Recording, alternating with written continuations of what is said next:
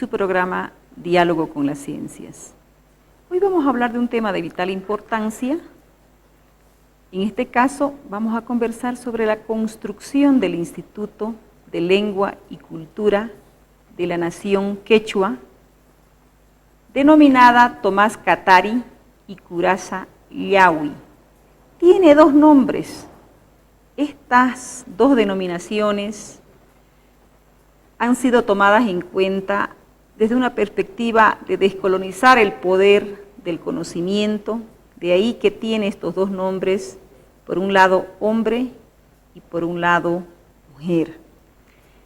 Para ello hemos invitado a Danilo Vargas, el arquitecto que ha diseñado esta construcción de esta naturaleza. Él es un arquitecto bastante notable, no solamente en nuestro medio, sino a nivel internacional, a quien en esta ocasión le damos una calurosa bienvenida. Danilo Vargas, bienvenido al programa, con el cariño de siempre, Danilo. Gracias, Tatiana.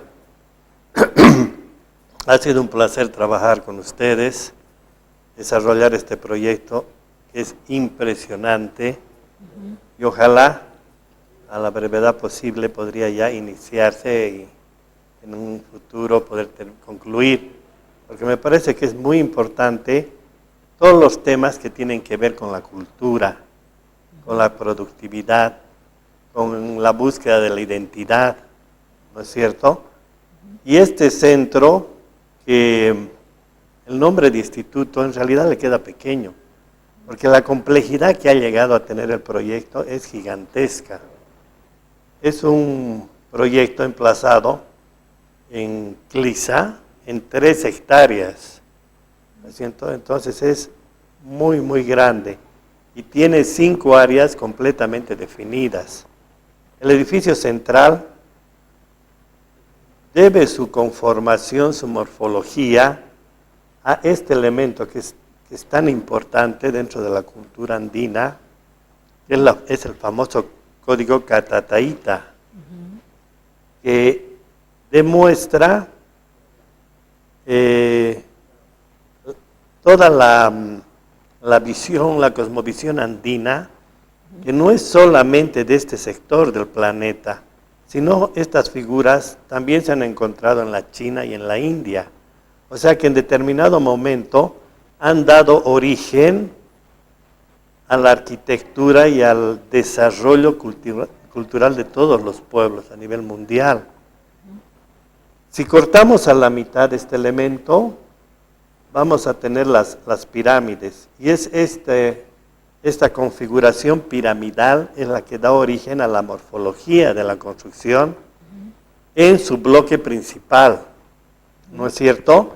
Entonces, a partir de esto vamos a combinar con imágenes para que veamos cómo ha sido desarrollando el concepto, ¿no?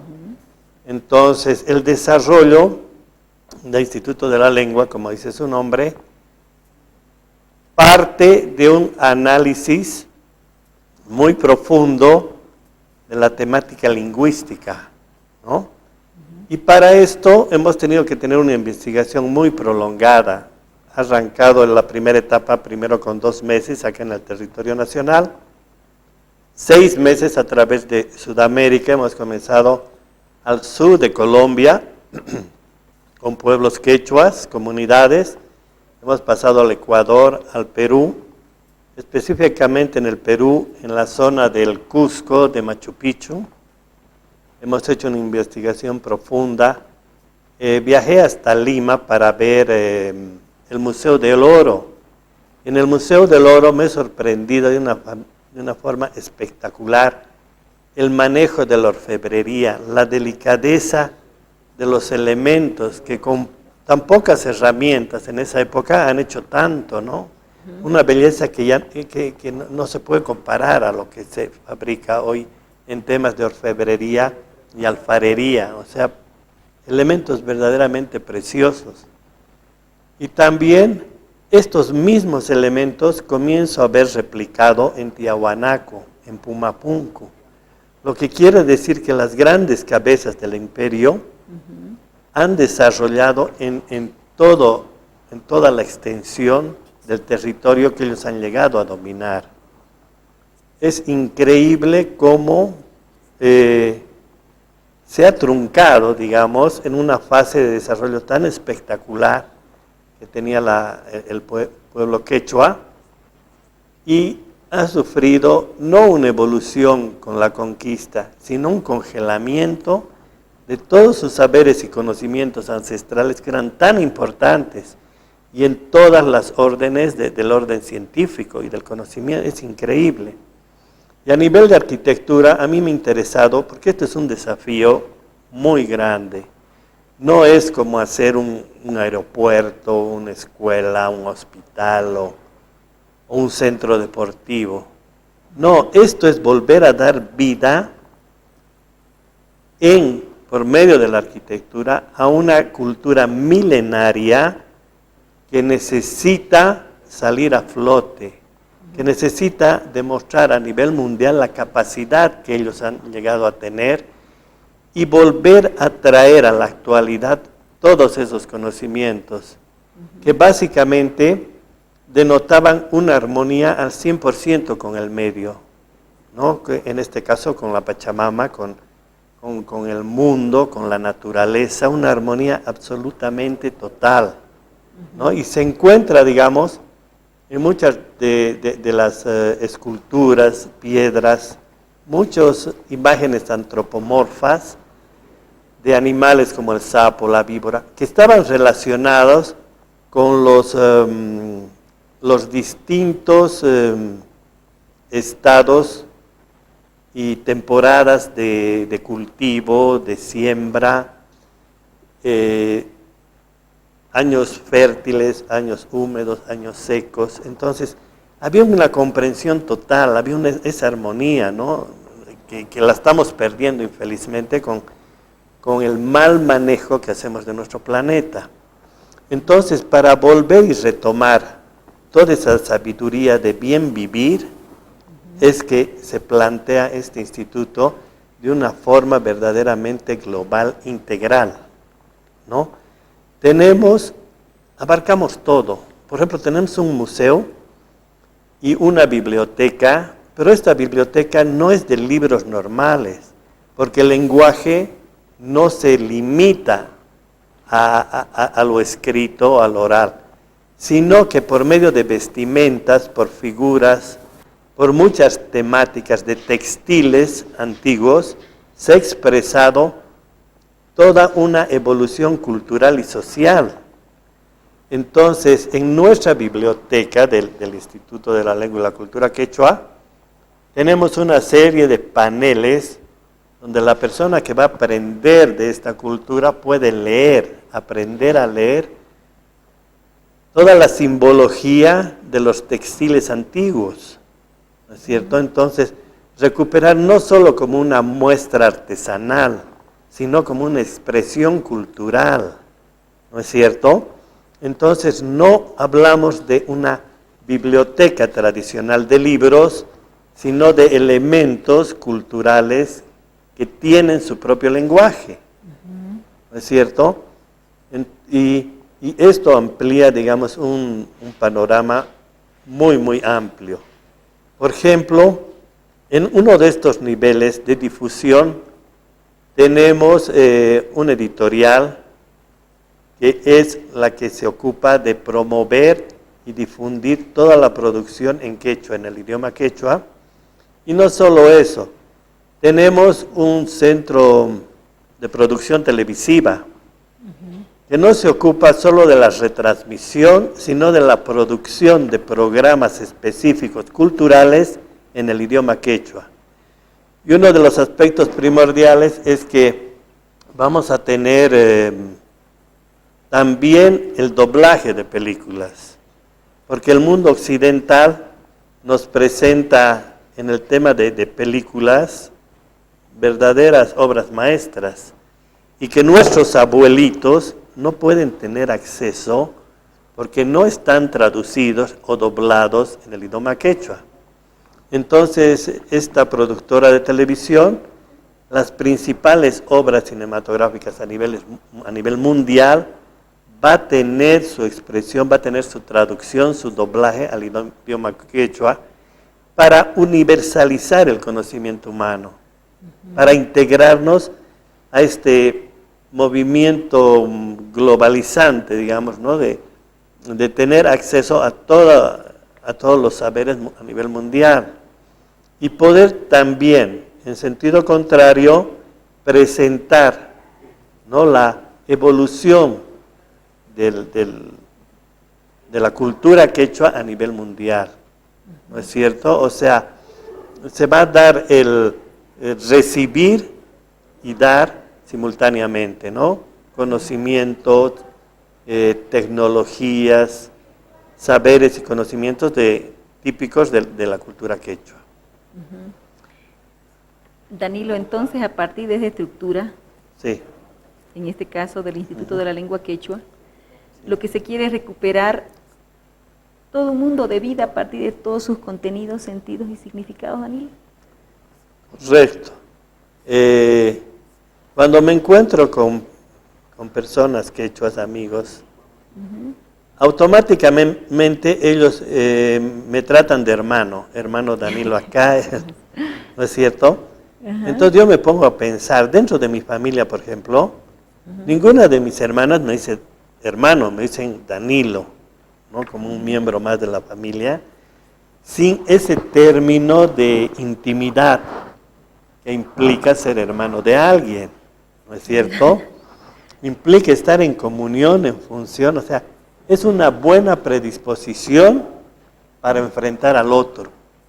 ¿Te das cuenta? Entonces, a mí me hacen sentir muy cómodos, ¿no? Cuando estoy con un grupo de dirigentes o personas de la cultura quechua que no tienen ningún egoísmo para poder transmitir lo que saben, ¿no? Y tienen esa humildad tan característica para poder recibir nuevos conocimientos. O sea, trabajar en este tema para mí ha sido verdaderamente espectacular. Una experiencia que muy difícilmente se va a poder repetir. Entonces, esta conversación la vamos a intercalar con imágenes que he traído, un pendrive para ver los diferentes configuraciones que ha tomado el proyecto, ¿no? En esas 3 hectáreas están 5 áreas totalmente definidas.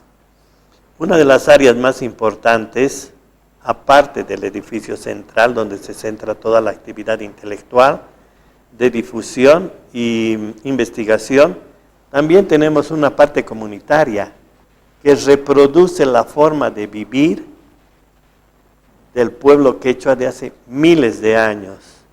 Entonces, esa forma de conectarse con la tierra, esa forma de cómo vivir, de cómo emplear, digamos, la casa, el significado de casa que tienen, que les une a sus animales, les une a sus plantas, ¿no? No se limitan esas 4 paredes, sino a partir de las 4 paredes hay una explosión en el alrededor que acepta sin modificarlo, lo acepta tal cual y lo disfruta tal cual, ¿no? Y eso demuestra que para ser felices nosotros no necesitamos de las ciudades o de la organización urbana, porque yo, por ejemplo, te explico una cosa. Yo salgo de mi casa y ¿qué me choco? Ahí en la Jordana, entre Bonilla, con una cinta negra de pavimento, ¿no? Con 2 veredas de cemento armado. Infelizmente, frente a mi casa no hay cero vegetación. Ni siquiera encuentro un espacio cuando llego en mi propia movilidad para estacionar. Tengo que dejar a 4 o 5 cuadras. El problema es vivir en el centro histórico, ¿no? A 3 cuadras de la plaza. Entonces, no me siento bien. Yo soy sincero. Tiene muchas ventajas, pero me gustaría vivir más en contacto con la naturaleza, más en contacto con el propio mundo, ¿no? Porque todo lo que nos manejamos dentro de este centro urbano tan complejo es artificial y en gran medida nos hace daño, ¿no? O sea, estamos cargados de energías negativas, de muchas antenas de televisión, transformadores de corriente, o sea, una falta ¿qué te digo? De alegría, de equilibrio, ¿no? de equilibrio. De salud. Sí, y se traduce en la salud, ¿no es cierto? Entonces, encontrar estas nuevas formas de pensamiento que no son nuevas. La forma de pensar ligada al planeta, ligada a todo lo que es los ecosistemas, es la verdadera forma que nosotros tenemos que regresar a eso. Yo como arquitecto, yo a veces decía, yo me he debido equivocar en elegir mi carrera, si bien que me va tan bien, ¿no es cierto? Pero eso de construir cosas artificiales en un mundo que tal vez no las necesite, me parece que hay que repensar, ¿cierto? Hay que repensar nuestras ciudades, y hacer el diseño de este instituto me ha dado esa posibilidad, ¿no? De dejar mucho más de un 50%, tal vez hasta un 65-70% de áreas verdes consolidadas, ¿no es cierto? Y un mínimo de construcción que nos facilite nuestras actividades cotidianas, pero sin perder esa trama sobrepuesta de áreas verdes y de contacto con la tierra, ¿no? Por ejemplo, todo el instituto está, digamos, limitado por unas terrazas escalonadas de cultivos ancestrales. O sea, al entrar no entras directamente a los edificios que albergan todas las actividades, sino que pasas por unas terrazas escalonadas de cultivos ancestrales donde ves produciendo quinoa, amaranto, ¿te das cuenta? Cultivos de papas, con sus flores, con sus aromas. Entonces llegas, es una especie de bienvenida, ¿no? Y mucha gente me decía, ¿y no tienes algunas partes cerradas para seguridad? No, le digo, porque acá nadie es obligado a entrar, ni nadie es obligado a permanecer, ¿no? Tienes esa fluidez, entonces no hay que se me va a perder esto, se me va a perder aquello. Si alguien necesita algo, puede usarlo, ¿no es cierto? Entonces, tenemos una gran plaza seca al entrar al objeto arquitectónico, que es el primer acceso, ¿no? el primer llegar. Entonces, el individuo, la persona de la cultura quechua, no entra solo, entra en grupo. Entonces, esta plaza nos permite reunirnos, ¿no? Tenemos sombra de árboles al contorno y en un espacio circular nos reunimos. Cuando todos los integrantes del grupo ya llegaron, en grupo se entra a las instalaciones para desarrollar determinadas actividades. Puede ser un grupo pequeño familiar, puede ser un grupo mayor de personas que trabajan dentro de alguna línea específica, ¿cierto? Pero nosotros tenemos que responder a una forma de ser. Inclusive en las áreas habitacionales, que tenemos un centro habitacional para 500 personas, en caso de que alumnos de determinadas comunidades quechuas vengan a capacitarse al instituto, ¿no es cierto? Tengo un escalonamiento, también partiendo de esta concepción formal. Tengo 4 partes, tengo un área central, tengo 2 núcleos de agua, fuentes de agua, y esas fuentes de agua, todo viene a 2, ¿no? Como comentabas, el tema de macho y hembra, día, noche, calor, frío, o sea, hay esa dualidad que se maneja en toda la existencia, ¿no? Del mundo quechua principalmente, y también en todas las otras demás culturas. Entonces, no son edificios cuadrados, sino sin querer entras porque estás rampleado, subes ramplas y por los jardines de las ramplas ves abajo la organización habitacional, ¿no? Con una especie de oasis en el centro que tienen fuentes de agua, tienen plantas, o sea, es un sentirse bien, no solo cobijado dentro de un centro habitacional, sino sentirse bien en esta tierra. ¿Te das cuenta? Es casi misterioso el ambiente que se va creando. Danilo, yo quisiera que nos Sí. hables de las fortalezas y debilidades del proyecto. ¿Cuáles han sido sus fortalezas y debilidades? Mira, cuando comienzo a numerar las fortalezas, nos va a faltar tiempo en el programa, ¿no? Y de las debilidades prácticamente no he encontrado ninguna, a no ser la gran dificultad de concretar, ¿no? Porque necesitamos una voluntad política para poder concretar, ¿no? Por ejemplo, hay Instituto de la Lengua Aymara, que ya se ha diseñado, ya se ha construido y ya está funcionando. Y de algunas otras culturas también, ¿no? En menor escala, pero ya han tenido un nivel de desarrollo. Ahora, de repente, si nuestro próximo presidente fuera quechua, esto va a volar, ¿no? Por lo menos vamos a arrancar con la primera etapa, que es una de las principales, la que ya pueda funcionar. Pero hay esta falta de decisión política, no obstante que este instituto ha sido aceptado, ha sido impulsado por 3 gobernaciones, la gobernación de Cochabamba, la gobernación de Chuquisaca y la gobernación de Potosí.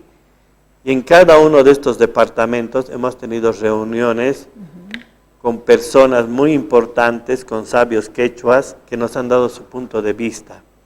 En realidad, de más de 80 reuniones que hemos tenido, se han sacado las necesidades para hacer el programa arquitectónico. Porque como vos sabes, Tatiana, el programa arquitectónico globaliza toda la necesidad, Claro. ¿no? Entonces, diferentes personajes en estas reuniones nos pedían: necesitamos tener esto, necesitamos tener aquello, ¿no? Y para que no sea una sumatoria de cosas, hemos tenido que tramar, hacer una trama sobrepuesta de actividades, requerimientos, necesidades, ¿no? Y de todo ese análisis, más la investigación cultural que hemos hecho mediante estos viajes, para poder entender, no es nada fácil entender en su magnitud, ¿es cierto? Hay personas de la nación quechua que le preguntas su nombre y con solo el nombre te das cuenta a qué lado está direccionada, con qué influencia está. Entonces, esos niveles de alienación que nosotros hemos soportado tanto tiempo, tenemos que invertir y comenzar a descubrir y a valorar lo nuestro, lo netamente nuestro, ¿no? Que tiene una dimensión totalmente universal. Entonces, cada uno tiene una buena opinión, cada uno tiene un pequeño conocimiento que ha heredado de los abuelitos. Entonces, reunir todo ese bagaje para poderlo traducir en formas arquitectónicas.